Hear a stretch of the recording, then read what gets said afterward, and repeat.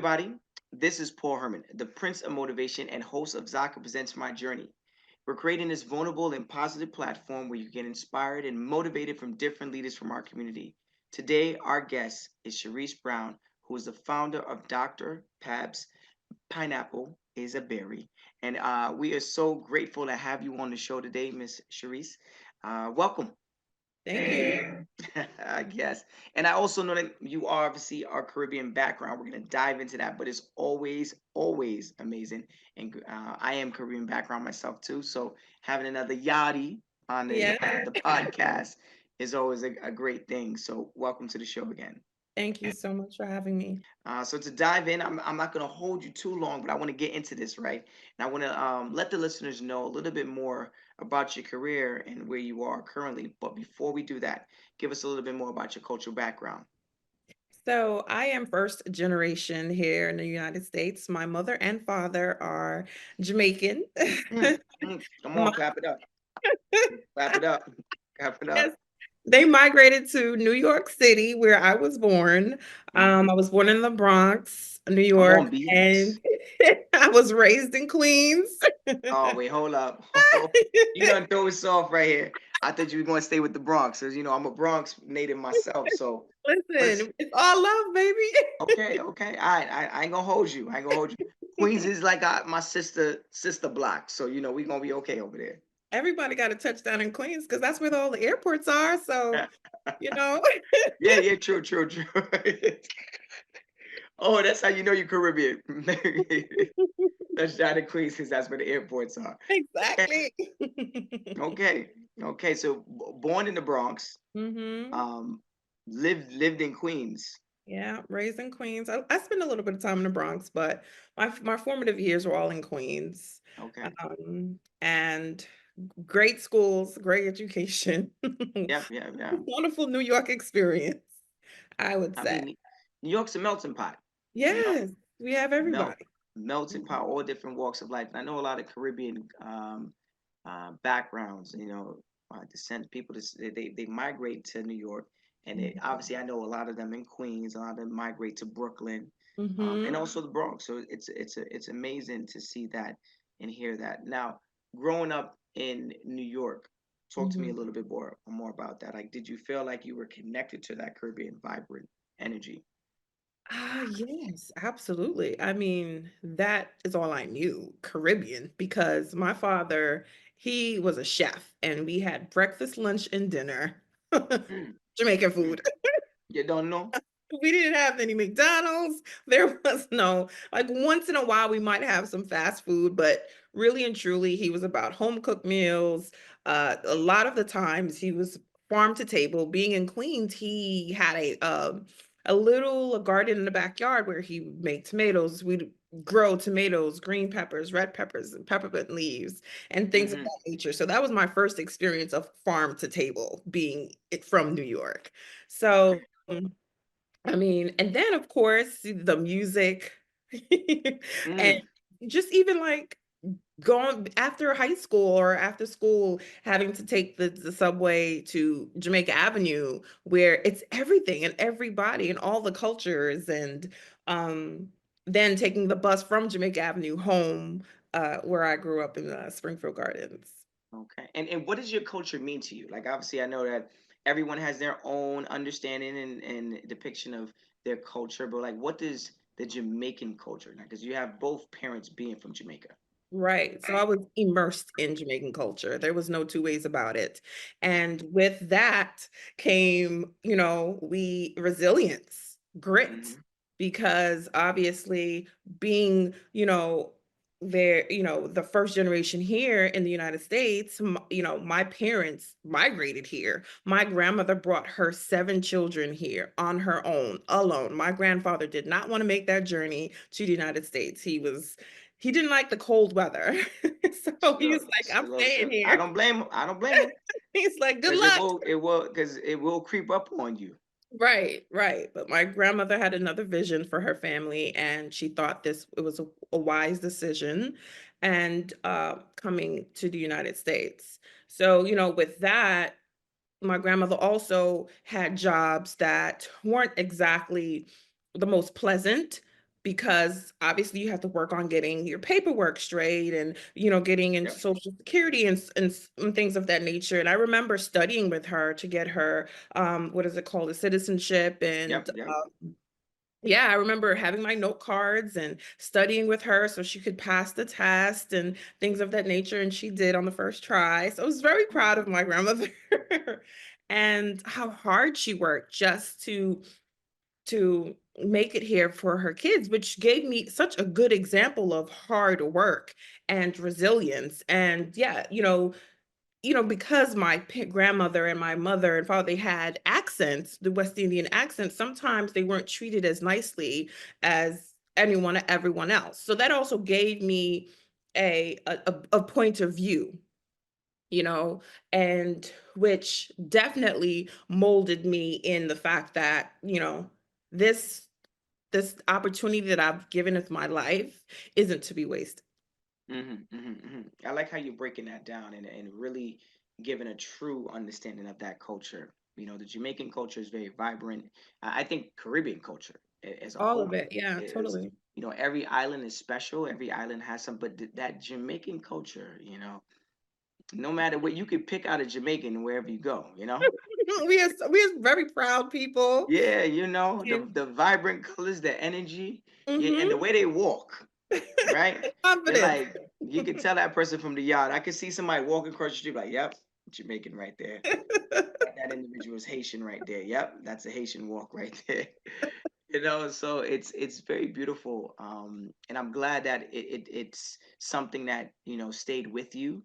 You know, when you obviously your parents migrated here. I know that's always a hard thing, and all the guests have spoken about it, about when, you know, their parents came to America. You know, some of them, some of the stories were like they really tried to convert. They were like, look, we can't talk in patois anymore. We can't speak in Mhm. Creole anymore. We need to Mhm. stop doing that because we have to be embedded in Assimilate. that Mhm. in American culture. And I know that's scary It to is. know that is something that people are looking to do, and it's very hard. So how did you? Was that? I'm assuming that wasn't something that your family was looking at doing. They were like, no, we're going to stay true to our Jamaican culture. Well, we did stay true to our culture. Like in my house, we were listening to Bob Marley, Buju Banton, like Mm, certain music. A lot of the music was, my grandmother was very spiritual, so she would listen to her spiritual music, and but my father was very adamant about us being educated. Well, us being my sister and I, and taking our education very seriously. mm, mm, He did not get the opportunity to go to college. They migrated here when he was 18, and my grandmother obviously couldn't afford to send him to college. So he went to trade school. So it was my household was we were going to college. There was not, he would always say there's no two ways about it. It's not true, true. as a West I Indian, ain't gonna knock 'em. you don't have a choice. You're going to school. You're going to Yeah. be productive. And speaking clearly and articulating yourself clearly was also very important to him. But you couldn't hide. There was no hiding or um being not proud of being West Indian descent. That was our culture. Like there was never a time that I felt like I couldn't tell anyone that I was Jamaican. Mm, mm, sad. It and a lot of the guests have said that. You know, they were like, "Look, I didn't want to say I was Haitian." You know, No, I mean, I love I my Caribbean. Everybody. Like especially the history that Jamaica has and the history and especially the slave history that we have as far as Haiti being the first what's the word I'm looking for? Being the first free. first for independence. Exactly. And then obviously Jamaica become, getting their independence is, and it is said that the Caribbean people were the hardest slaves to break. Hmm. That Hmm. says something about us. That says something about our culture, our lineage, like the way I talk, the way you talk, the way we laugh. That was already made in our DNA. That's embedded in our DNA. So the strength that comes from our culture isn't we weren't just given it. It was something down the line that was passed in our lineage. It was something to be proud of, Mm, something to be, you've got it. It's vested in you. The strength is vested in each and every one of us. So mm, mm. You speaking that is like your what I was. grandmother. You speaking like your grandmother right now. Sound like I'm just like, hold on, you about to take me to church with this one. You said she was very spiritual. I said, hold on now. You don't bust you get it. You get it. That's good. But you are right. You are right. You are right. We come from kings and queens, and a lot of our immigrant background, no matter where people come from, there was an era of time where your that culture was there was kings and queens, Mhm. right?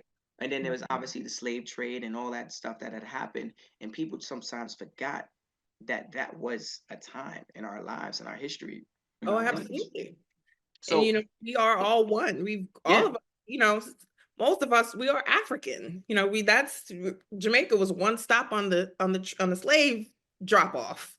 yeah, Haiti was yeah. another stop. So we're all one people.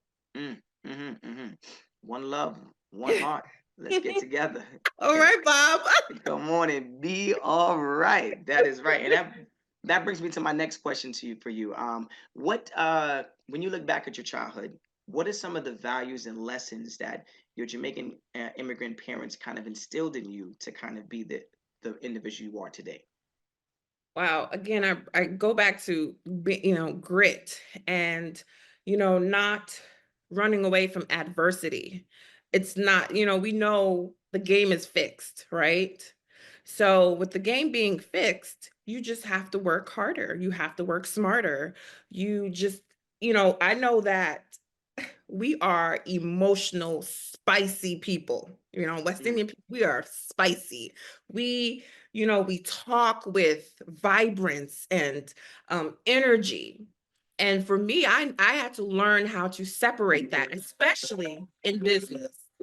Especially in business, I've learned that, with my culture that is a spicy and passionate and energetic in business, it's you have to kind of pull that back and be less emotional, direct but kind in yeah, that nature. And with my culture, and what I've learned is that I bring a different point of view to what I'm presenting to the world. Like, it's a different point of view, a well needed point of view. Especially with my Rastafarian. I was partly raised not like a Rastafarian, but we ate a lot. We consumed a lot of seafood, a lot of greens, a lot of herbs. Is I don't know if you had to deal with Cersei as a kid, but in my household, we were given Cersei. It is a bitter. If anybody's listening and don't know what that yeah, it yeah. is, a bush Oh, that they would, boil, and you'd have to drink it like a tea. We would have it yeah. every 6 months. It's terrible, but very good for you. It tastes and smells horrible. And things of Yeah. that nature of us going to the land to cure ourselves, going to, the earth to, to medicate our bodies. I wouldn't change it for the world. hmm That's something I really admire about that, the Rastafarian um, culture and how they really are embedded in the earth and like really healing themselves every single day. You're sick, you got a cold, you got the flu. There's an herb, there's a tree, there's a plant, there's something to cure that, and I think that's phenomenal. To even, uh, you know, medicine is a multi-billion-dollar industry, you know. But to know that there's individuals out there that believe in the earth and what the earth provides and how we need to work with it and not against it. It's beautiful to hear that kind of stuff. So Absolutely. Like, I grew up not consuming pork. So it's also right now in my life, I don't consume pork, I don't consume beef. So that is why I wanted to create something that was inclusive, because it was hard for me at a point in my life, going to the vitamin store, going to the store and trying to find products for me that did not contain gelatin. And a lot of people don't know gelatin is pork byproduct. Um, and so that is why I decided to start my company with making sure that it is plant-based and anyone can have it, anyone can consume it, anyone can try it and not be surprised about the ingredients and upset about what it has. Because either it's whether it be religion or just choice, personal choice, of not consuming beef or red meat or pork or anything like that. That's where my thought process was, Mm-hmm. taking my story you know, from plant to table, for those things and things of that nature. Mm-hmm. Now, I know we're gonna dive a little bit more into that, but like let's talk about like corporate America. I know that you had an intensive amount of years working with in corporate. I believe it was around like 16, maybe Yeah. plus years of just working in corporate. Talk to me about that moment in life where you're working in corporate and you're like, I need to. You had a realization. You were like, I need to pivot. I need to do something that's gonna align more with my passion and health and wellness. Like corporate is, especially for the immigrant background, our parents say you got to be a business owner, a lawyer, a doctor, or something with a uniform, right? It's got to be something like that, and then you finally get there and your parents are probably rooting for you and they're like, woo, you finally made it. All of our blood, sweat, and tears went into making this happen, and you say, I'm out. Like, talk to us. Like, give us your perspective on how this went down because some of these conversations didn't go out too well. Well, let me tell you. Okay, here we go. It's about to spill the tea. Um, when I was like maybe in elementary school or junior high school, my father would say to me, think of a business you want to start. I mean, I'm like 11, 12. I don't know. Like, what could I possibly do as an 11-year-old? But he planted the seed, right? He planted that seed. I then went on to college, graduated college, started my career, but I always had this knack for business. I was very interested in it, but I just didn't know what I wanted to do. I didn't know what I wanted to focus on. I didn't know what I was could be good at. I just had no idea. And then after college, landing a internship, I was a paid intern for one of the large networks in New York, TV networks, and then worked my way up. Now that was my focus. I worked my way up to become a staff employee, TV director, TV associate director, Mm, and but that bug was still in my ear. That notion of think of a business that you want to start. Be your own boss. mm, Nobody can fire you but you. Like this is the story in the background of my life. So I used my corporate job was my very first investor in my business. And I used that and I thought if I can go to work to somebody else's job and I can help them for 8 hours secure whatever family goals, life goals that they wanted to secure, I can do that for myself.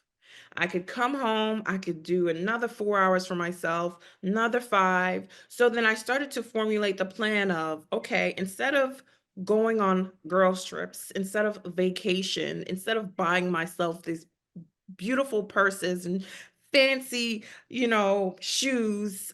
I devoted part of my salary to building my business. mm, mm, And then I'm still being promoted at my job. Opportunities are coming to me left and right with the job. It's the gold they call it the golden handcuffs. It's mm, mm. like why start a business when I have a job that I go to every day? But no, that job can say we no longer want you here, we That no is correct. longer need you don't fit the bill. That job, the CEO could change and decide that he wants to bring in someone else, and things of that nature can all happen. And it did.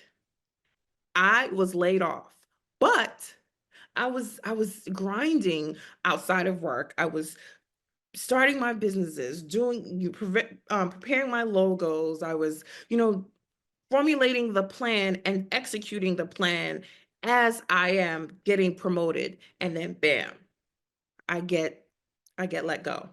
And it's almost like a sign, like, okay, you've been doing this. You've been burning the candle at both ends. Maybe, and not maybe, it's time to focus in on your real goal, on your vision, on, Mm, my father planted the seed and I started to water it. And now we have this full blown tree.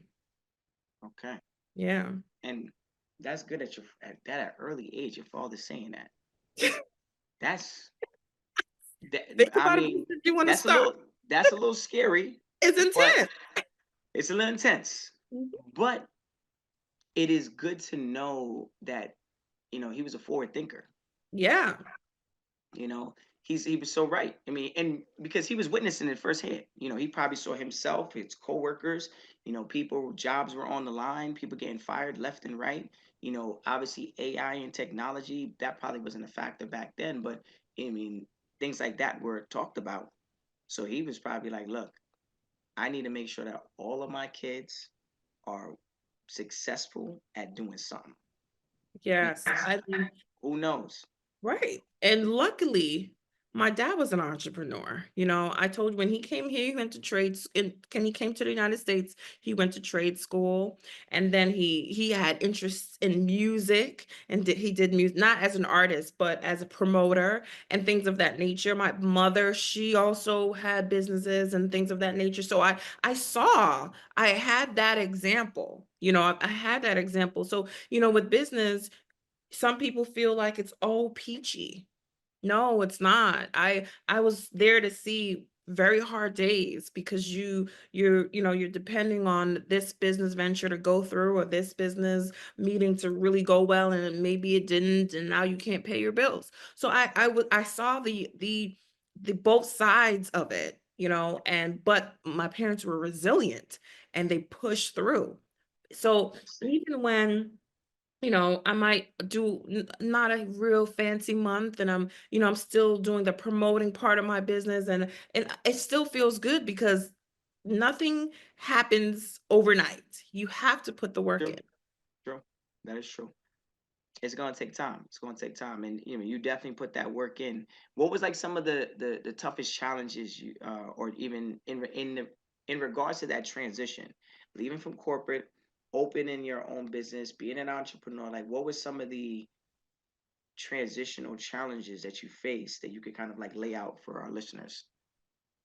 Oh, it's all very challenging. I mean, there is no real blueprint, right? So a lot of it is trial and error. And, if I say, for instance, I am, getting my inserts for my boxes, which includes what's in the vitamin. Say, for example, vitamin A, which is good for the eyes, vitamin omega-3, which is good for the hair and skin, vitamin D, which is good for the bones. But somebody has to be there to spell check that stuff. Somebody has to be there to say this, the arrow doesn't point to the eyes. The arrow should be pointing here, or bones is misspelled, or things of that nature. And because I am working at this tirelessly, you can miss things if you're not careful. And I think True. was one time I might have ordered 2,000 inserts, and now it's wasted because it's misspelled. It's like, oh my God, how could I have missed that? You know what I'm saying? Like, now that's in the trash because bones is misspelled. So those are the things that come about, or, it's very important. I would tell everyone that's just starting out, it's very important to get your paperwork in order. If you want to start a business, you have your name of the business with your logo, trademark your stuff, because it's someone else can come in and swoop that Yeah. from you and take that from you, all of your hard work. Um, you know, so I'd say all of it is hard for me, but it's part of the journey. It's part of the journey knowing that I'm doing something meaningful. That that is always important. I tell people all the time, and a lot of the guests that have been on the show highly, highly recommend that. They're like, look, you know what? I wouldn't change it for the world. Like Mhm. your happiness is crucial, especially in the day of age that we're in right now. Right? Right. With all the stress, the drama, all the negative influences that we are facing in our everyday lives, right? And You stress gotta, kills. yeah, stress, yeah, it really does. It puts wrinkles on you, aches and pains start to kick in, and it affects the relationships around you as well, whether it be your family members, your partner, so it's important to find those things that truly make you happy and bring life, breathe life into you versus take Right. life out of you. So I'm always happy to hear when our guests come on and say, "Well, I was in corporate and I was doing pretty good." It wasn't like you were uh, doing a bad job. It wasn't Mhm. like you were like, "I'm in corporate and I was failing miserably and I had to leave." You were just like, "No, I can't see myself doing this for the rest of my life." I'm building someone else's legacy when I could be building and helping my own. Hmm. What's Hmm. more important to me? How did you when you identify? Obviously, you identify as a daughter of a Jamaican immigrant or Jamaican immigrants, right? What is some of the approaches in business and leadership that like you've kind of like pulled from them to make this work for you? I would say in our culture, we are confident people. So when you enter the room and when I enter business meetings, I don't cower, especially being a woman, because that's a lot of the times people want you to feel like you don't belong there. I belong here. I'm here for a reason. And that confidence attracts people to you. And they want to know your story. They even maybe want to lend you a helping hand as far as putting you in contact with someone that could possibly help you go further. So I think that with the confidence that I was given from my culture, my parents, and just my heritage of knowing that I belong here, we belong here too, especially being immigrants, Yeah, that helped me feel relaxed. It helps me relax instead of cowering or being too shy or, timid to ask a question, talk to people, introduce myself to people. Because if people don't know who you are and what you're doing, how can they support you? true, true. Closed mouths don't get fed. Exactly. Exactly. You know that New York lifestyle right there. Exactly. In school, your teachers say that. You're like, what? You go home, your parents say, you're like, what? This New York lifestyle. Exactly. Yeah. And correct me if I'm wrong, you went to Howard University? I did. I went to Howard Okay. University in Howard Washington. University. And what was your degree? What did you major in? I studied acting for television and film. Mm. My senior year, I took a directing class. And I was like, okay, now this is what I want to do. I want to direct, whether it be TV, film, theater, I want to direct. And so when I moved back home after graduation, that is what I pursued, and I became a TV director. Oh wow.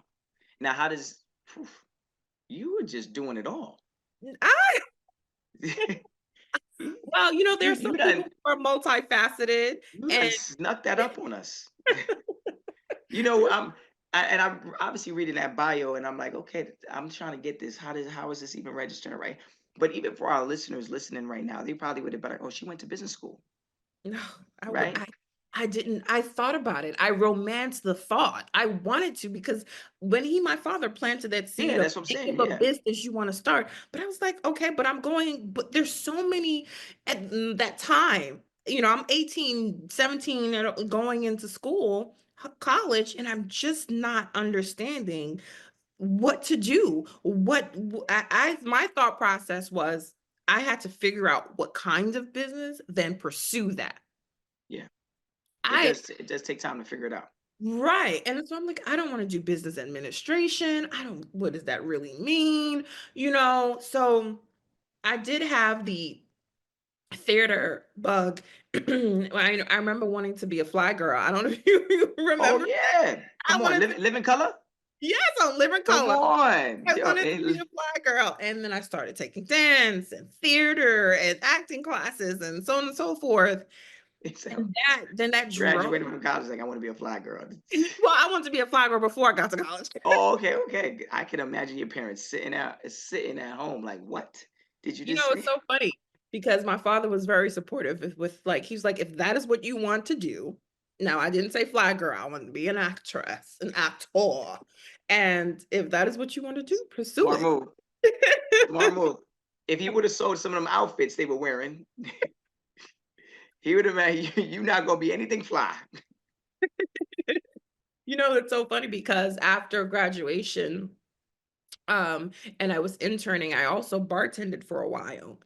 And my father, when I was living at home in New York, and he would say, I didn't send you to school to be a bartender. Now, no shade Mm. to any bartenders True, out true, true. because you can make a good living. But my father was like, excuse me. We're not doing that. I didn't send you to school to be a bartender. And I'm you're like, like, right? I know you didn't, but I'm you just can trying to talk find about my way something through. else. Sometimes our immigrant parents do get a little impatient, right? Mm, They're like, wait, hold on, what's going on? What are we doing? right, They knock on right, your door when you're just relaxing. Why are you relaxing? You should be right. reading a book right now. You should be listening to a podcast because they are so eager to make it work for us before we wanted to make it work for ourselves. Right. They They have are the vision. yeah, they're our biggest fans sometimes and our biggest supporters. A lot of the students that I do coach and mentor, they always get so upset with their parents. But I'm like, I need you to understand that energy your parents possess, that's like your number one fan right there. You don't even know it. It's just that they do it in a very immigrant parent lifestyle. You know what I'm saying? Right. Where it's like we didn't have this, and you have the privilege. I'm working so hard to give it to you. They want something in return, right? Mhm. It's an investment, right? And Mhm. they're very aggressive on their investment. They're like, you need to make this happen tonight, right? Exactly. If you're Are gonna you a go to doctor college, yet? straight A's. You're like, what? Straight A's? Mhm. I don't even like this class. But you know what? That's what happens. That is what happens. Like, my father would be like, what does that have to do with anything? They're right. I don't know that word. Do you feel like your experience at Howard University helped you when it came to corporate and when it came to your entrepreneurship? Oh, absolutely, because it's about relationships. It's about relationships. And some people like to, you know, um, I would say try to merge relationships upward when you should merge relationships across. Like it's your classmate that you're going through the 4 years with.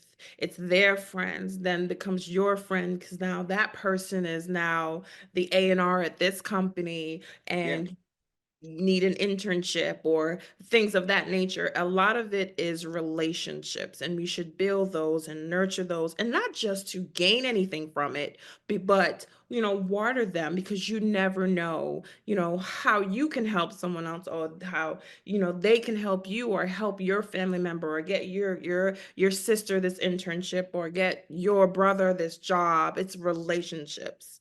Mm-hmm. And Howard taught me that. Howard taught me that I had to be better. It just is not good enough just to be good. You have to be better than your opponent. And, at these, you know, um, all white institutes, you Yeah. have to be better. And not just better, but also you can be nice, kind.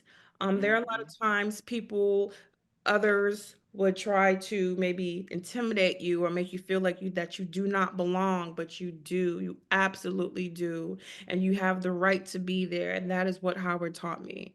Um, and I would never change that for the world. Mm-hmm. Well, congratulations on that degree and really applying it, and finding ways to it. Which brings me to the next thing, let's talk about this pineapple is a berry. Right? I want to dive into that because first off, the name catches me, I right? love that. Thank you. Yeah, the name. I was reading the Bible. I was like, okay, pineapple is a berry. I said, okay, let's go for this, right? And talk about like how it aligns with the mission of Dr. Pat's. So I started this company from my very first company. My very first company is a medical goods distribution company on the island of Jamaica. And then from that, with me wanting to help people. So here we are. I figured it out. I figured out what business I wanted to pursue. And that happened in COVID. In COVID, I'm scrolling the social media. I don't remember what it was, either it was Instagram or I'm scrolling. And I'm home for 4 months during COVID because the type of job that I have to go in office. And as Mm-hmm. COVID, people were just, if you didn't have to be here or we could figure some things out, stay home, right? Yeah. And I remember seeing a woman on in Jamaica, and she was crying and bawling out that because of COVID and because of the not being able to get medications from across the world, she did not know how she was going to administer her insulin. And that hit me hard because my grandmother had diabetes. And from diabetes, she developed high blood pressure.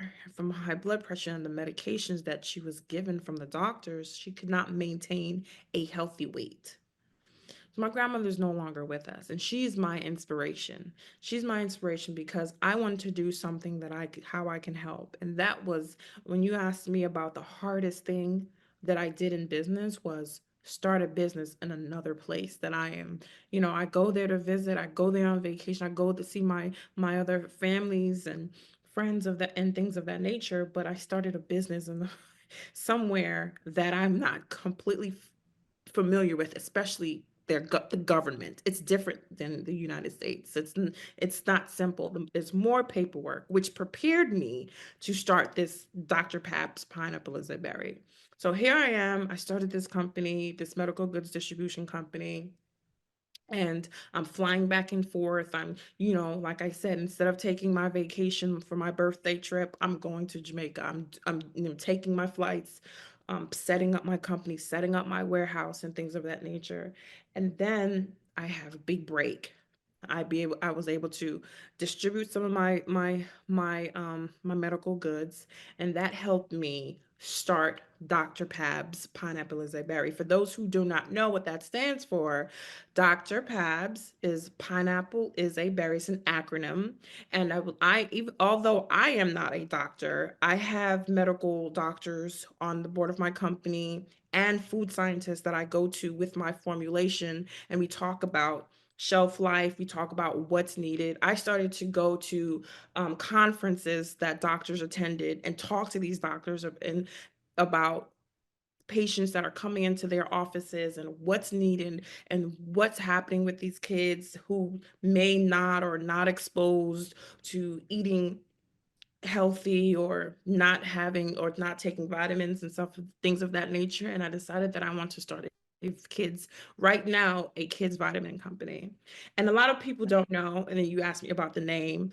Pineapples are actually berries, and I wanted that to be a conversation starter. I wanted that to be an interesting thing. You don't buy the vitamins, you don't support, but at least pineapples are actually berries.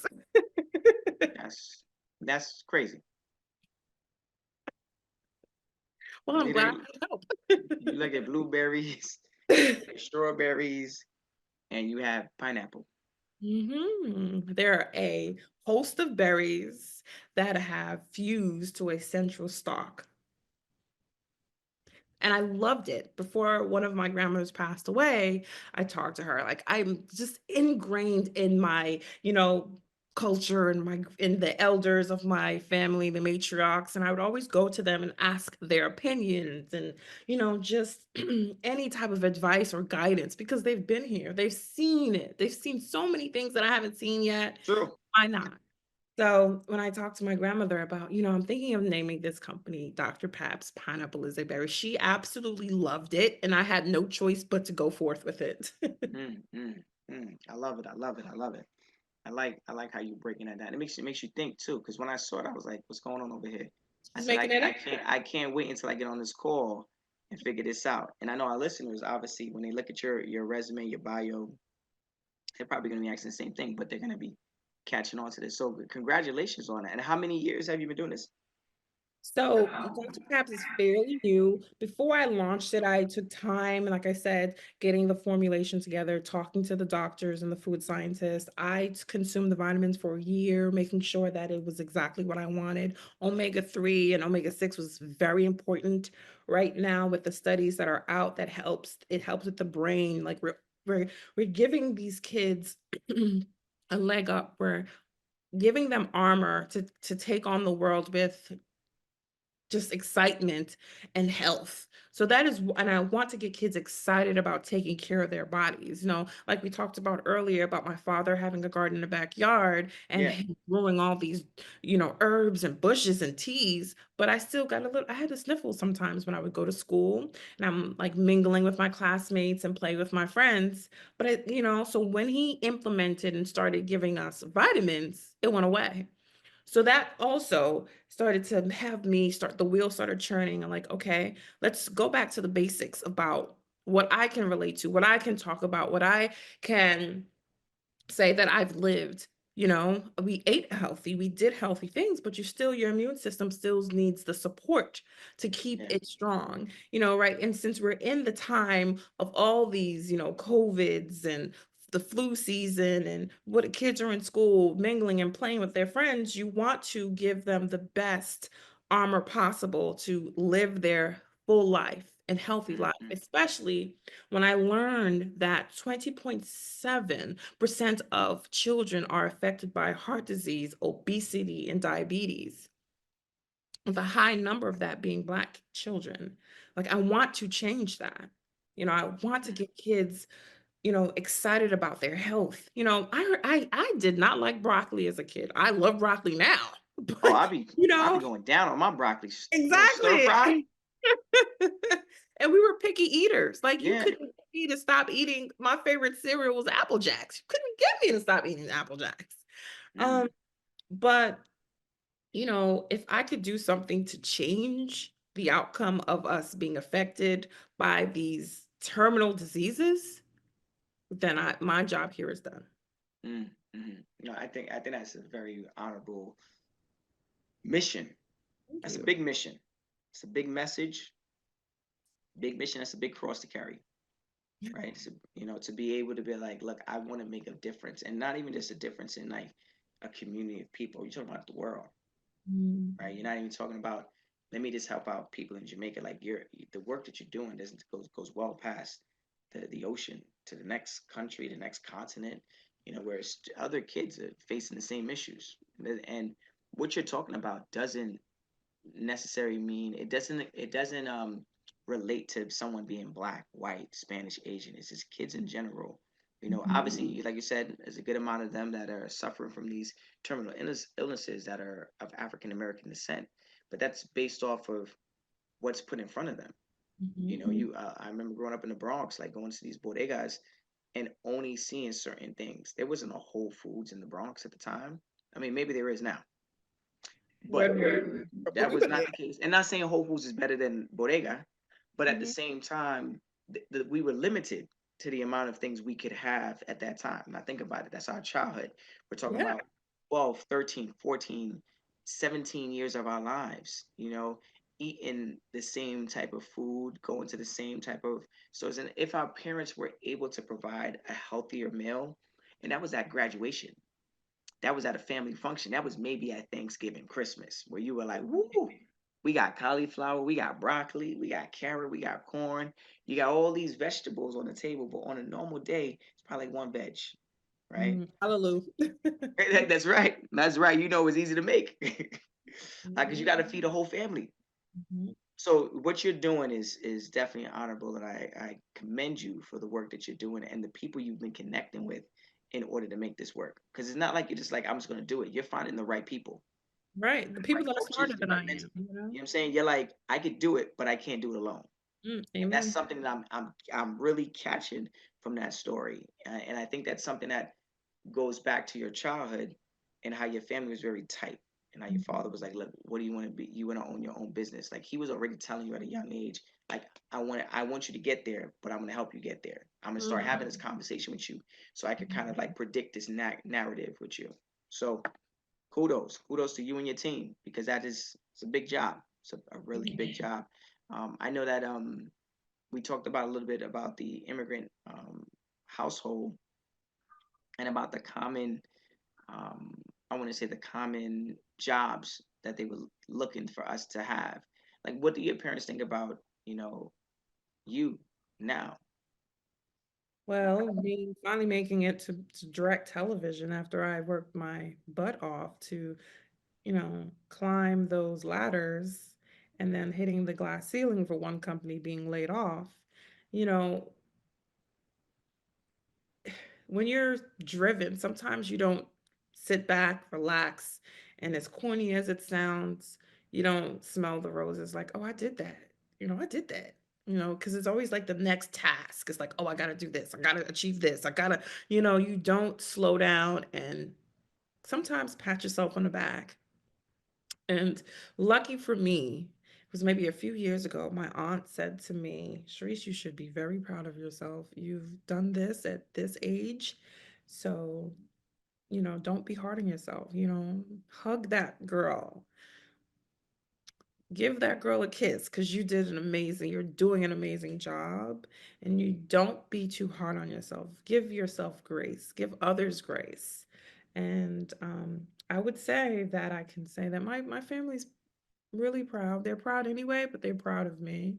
The fact that it was, a lot of West Indian, a lot of some Jamaican people, even in my family, they didn't get the opportunity to go to college, even go to high school. They may have had children early. Literacy can be considered, low. And the fact that we have in our history as Black people who died for us to be able to read, Oh people yeah. died for us to be able to go to college. I think of that. I think of them making sure that I know that I'm making them also proud, not just my immediate family. Um, so I'm very lucky to have my family that supports me and is proud of me, and I know that I make them smile, I make them happy. You know, Mm. I hate when they brag, but I can't stop that. Come on, come on, It's come on. Jamaican people. That's right. Come on. When they proud, they proud. Yeah, What impact are you looking to make in this world beyond like the physical health thing? it's beyond physical health. It's always like I tell myself, make the change in the world that you want to see. Like, what if whatever it is that you want to see, make that change. And to say that I'm building something for my grandchildren and their grandchildren, and that's the change. We didn't bring strife and hardship to the world. It's all love. Like my grandmother would say, prevention is better than a cure. And here we are. I'm doing something because I don't have my grandmother here with me. I can't say, Grandma, I did this in your name. I want you to know this is for you She's because, watching. Trust me. because of She's her she's dad. listening to this podcast as we speak right now. Thank She's you. like clapping up. She's like, "That's my girl. Thank you, Grandma. Come on, that's my girl." So, you know, with her as my inspiration, I can say that that is what I want to leave the world like she made a difference here. Mm, mm. Leave an impact. Leave an impact, and not an impression. It's like, come Exactly. on. The impression is like, ah, we okay, you cool. They forget about you, right? But the impact is like, wow, And that it's that made a lasting. that made a difference. And we Yeah. need more individuals like yourself stepping up to the plate to really try to make a difference in this world. And it's one step at a time, one podcast at a time, but your voice needs to be heard, right? Because especially if you're the one carrying the message, you can't. Like we talked about, closed mouths don't get fed. If you're the one carrying the message, why would you not speak it out loud? Why would you not Mhm. wear it proudly and walk the streets and travel the world, letting people know exactly the true benefits to eating healthy? From the backyard tomato to the table. Yes. you know that Yes. stuff is important, and you Art. you said that at least 3, 4 times on this podcast, and I'm saying to myself like, what am I growing in the backyard right now? Do I got Yeah. any tomatoes? Do I got cilantro? Do I got? I'm really saying to myself like, you better start growing something. Well, also we have to be careful what we're putting into our bodies because that's what affects us. That is, with the diabetes, how do you develop that? It's from what we're eating. The high blood pressure, not only is stress, but it's from what we're eating. The obesity, which is heavy on the heart, Yeah. it's all about what we are consuming, not only eating, listening, reading. It's all of that. It's all encompassing. Mm, So we just have to be cognizant about even just a little change if you can. If because I know sunflower seeds and sour powers and chocolate, it's all mm, very, very satisfying. But in yeah. the long run and in longevity, we should, be cognizant of what we're doing to our bodies. Mm, mm. And that leads me to this last question for you, because you've been dropping a lot of gems on this podcast, and Call me I Jam I Joppa. I appreciate that because it's important to share that knowledge and that wealth of knowledge that you have, especially when you reach a certain place in your career where you could actually share it and really give like some concrete understanding and feedback to someone else in need, right? And that's why I asked you this question: what advice would you give to another, you know, immigrant woman, of a daughter of another immigrant, who's looking to pursue their career, right? Their passion. They've obviously found their calling in life, right? Like how you found that calling. And they need to make that transition. They need to make that leap of faith. What would you say to them? I would never tell anyone to leave their corporate job or to leave their 9 to 5 and pursue a business until they know that business is could cover all their bills. So I would say if you can, do what I did. Keep your corporate job, keep your 9 to 5, and slowly on the weekends or on your off days, start to build your job. I mean, start to build your business. I would, like I did, get a checklist of all the steps that you need to achieve. If you can do it once a week, do something once a week, once a day. Just keep chucking along and checking it off. Study, talk to people, get advice, find a mentor. Um, surround yourself with like-minded people. Surround yourself with people who are smarter than you. Surround yourself with people who love you and want to see you succeed, not succeed just enough, or they want to see you even get better than them. They, get around people like that because iron sharpens iron. Mm, mm-hmm. Mm. That was the punchline right there. That was the one. That was the one. Like, That's when you just drop the mic and just log off. goodbye. Goodbye. I done said it. Thank you, Grandma. Well, Sherece, thank you so much for just being present and really sharing your journey, your passion, the knowledge as well too. Like really diving in and expressing about like people's, your health. It starts with our helping our kids understand the value. And if you can start early in an early age, think about what you're doing. You're going to trying to get vitamins and do things for kids to make them understand the value of health. It somewhat runs parallel to your father sitting with you that day and saying you need to own your own business. He knew that there was a big lack of like security when it comes to corporate America, when it comes to having your own working for somebody else. You now have become like your father. And instead of going back to just you in a sense like a daughter or a son, you're going back for the world. Thank you. You are tapping in and you're like, you know what, dad, you gave me that advice. Grandma gave me this advice. And now I can't just hold it for myself and my kids. I need to go further out. And I Mhm. need to, and I'm glad you're going back home to Jamaica as well, too, to help out. Sometimes Yeah. people leave their country and they never go back. They're like, I'm in America now. I'm in London. But to have you go back and to help on a consistent level, we talked about it on a offline about going back into Jamaica and how you did a book bag drive, and girl, you Yes. were just slaying away. So I'm just gonna send you a lot of blessings, praises, and I'm just throwing it out to you right now because I received it. you are a doer. You are a Okay. doer. You obviously are a follower, but you're an amazing leader. So congratulations and thank you for being on the show. Thank you so much for having me. Yes, and I want to let the listeners know if you want to hear more inspirational stories like Sherece, please check us out on ZakaConnect.com. Follow us on our social at Zaka Connect and follow our feed Zaka wherever you listen to your podcasts.